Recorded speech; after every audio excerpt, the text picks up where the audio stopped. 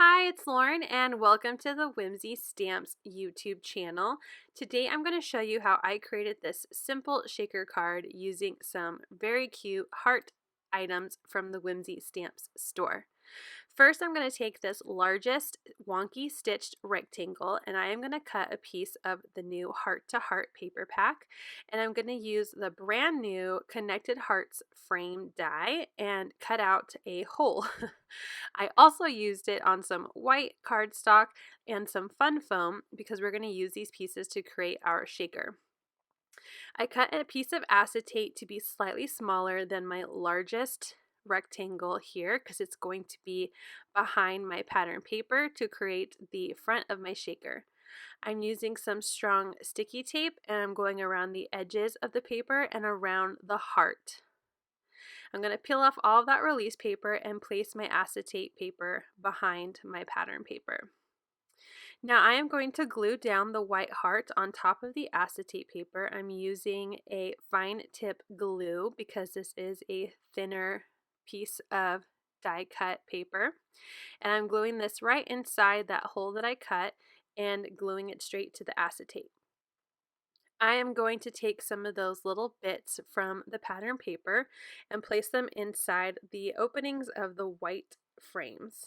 I want it to look like my white frame is sitting on top of my pattern paper, but it's flush and will all be glued directly to the acetate. So now that I have all of those pieces in there, after I glue this last one in, I'm going to flip it over and work on putting on the foam. So I also die cut these pieces of foam with the same die, and I'm going to keep the little pieces in and I'm going to put this onto the back. This is going to just help me create my shaker to be just the hearts. I am making sure that none of the foam is peeking out of the window, and I had a little bit of glue, so I'm just using an X-Acto knife to help me scrape off that glue from the acetate. And because I'm going to be putting in lots of fun differently shaped shaker bits, I am going to do 2 layers. So I'm putting glue on this second layer and gluing it right on top of the first foam I glued to the acetate.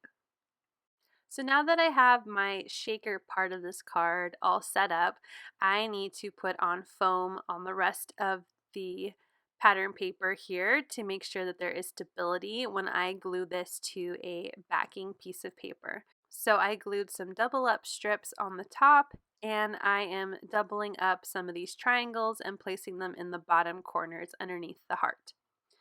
I've cut a piece of pink cardstock to be the same size as my wonky stitch rectangle here, and I'm just going to add some texture by splattering on some different water-based mediums I have in a shimmer, silver, and pink, and I'm going to use my heat gun to dry those.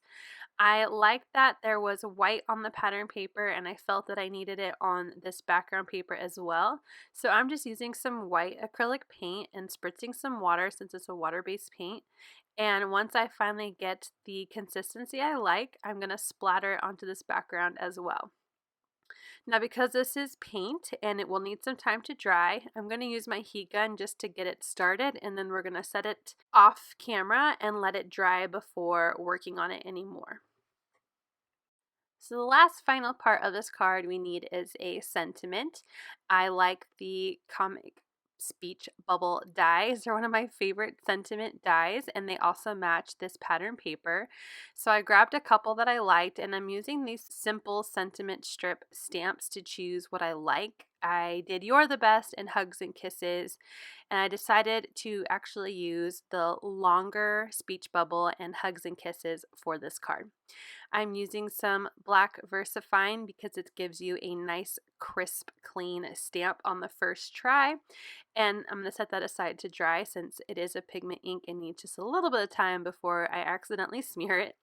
And now that my background is all dry, I did a sanity check and touched some of the white paint and using my heat gun again, but it looks good.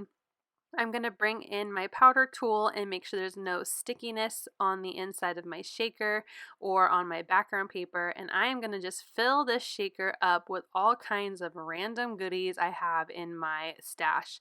I've got some caviar beads, some clay hearts, some sequins, and I'm filling this thing up.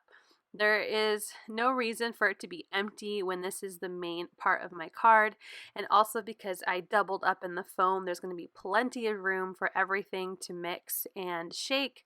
So now I'm going to put the glue onto my foam and apply the backing paper and make sure it is behind the pattern paper okay. I'm making sure there's a great seal. I'm pushing down and making sure everything is good before lifting it up and shaking it. And as you can see, it's super full, but that's the look I'm going for on this card, and I love it. I'm gluing down the hugs and kisses sentiment, and now I'm going to glue this whole shaker pattern paper piece to a white card base that is A2 size, folded at the top for a top fold card. I'm going to make sure that is sealed down nice, and I'm going to grab some of those sequins out again from my stash and apply just a few around the card. I'm doing 2 of every color. I have white, red, and pink in the bottom right hand corner as well as the top left hand corner ish, spreading it around just so it's appeasing to the eyes.